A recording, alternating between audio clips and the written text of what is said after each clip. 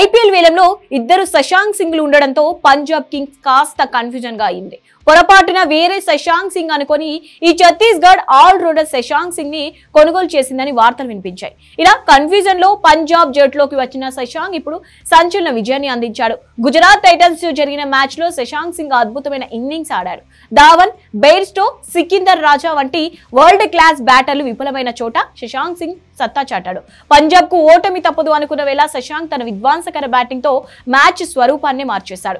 200 పరుగుల భారీ లక్ష్య ఛేదనలో కేవలం 73 పరుగులకి 4 వికెట్లు పంజాబ్ పీకల్లోతు కష్టాల్లో పడింది. ఆ సమయంలో క్రీజులోకి వచ్చిన శశాంక్ సింగ్ ప్రత్యర్థి బౌలర్లపై ఎదురు దాడికి దిగాడు. ఓవైపు వికెట్లు పడుతున్నప్పటికీ అతడు మాత్రం తన హిట్టింగ్ ను కొనసాగించి పంజాబ్ కు చిరస్మరణీయ విజయాన్ని అందించాడు. కేవలం 29 బంతులు మాత్రమే ఎదుర్కొన్న శశాంక్ 6 4లు 4 6లతో 61 పరుగులు చేసి అజేయంగా నిలిచాడు.